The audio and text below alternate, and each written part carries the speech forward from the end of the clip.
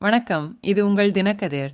பிரச்சாரத்தின் 2வது நாளில் நாம் தமிழர் கட்சி தலைமை ஒருங்கிணைப்பாளர் சீமான் திராவிட முன்னேற்றக் கழகம் தமிழர்களின் உரிமைகளை பாதுகாக்க தவறியதற்காக விமர்சித்தார்.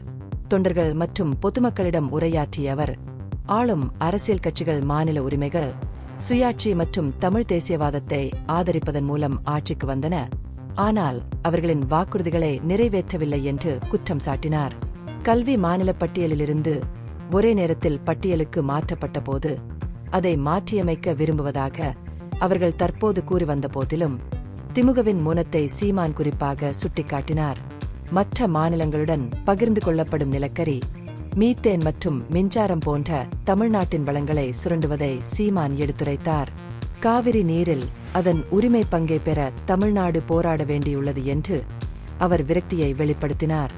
காவிரி நீர் பிரச்சினை எழும்போதெல்லாம் தாக்குதல்களை எதிர்கொள்ளும் கர்நாடகாவில் உள்ள தமிழர்களின் அவல நிலையையும் அவர் குறிப்பிட்டார்.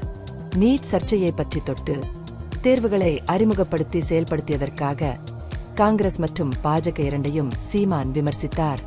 ஆட்சிக்கு வந்த பிறகு நீட் தேர்வை ஒழிப்பதாக அளித்த வாக்குறுதியை நிறைவேற்ற திமுக தவறிவிட்டதாக அவர் குற்றம் சாட்டினார்.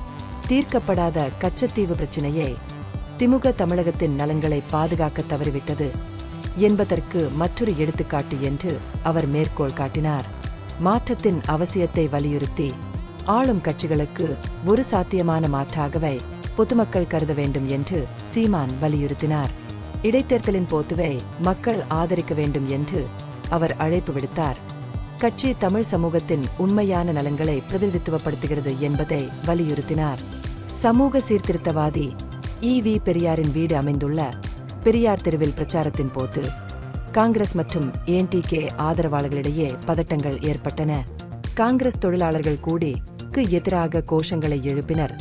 இது இரு குழுக்களுக்கும் இடையே மோதலுக்கு வழிவகுத்தது.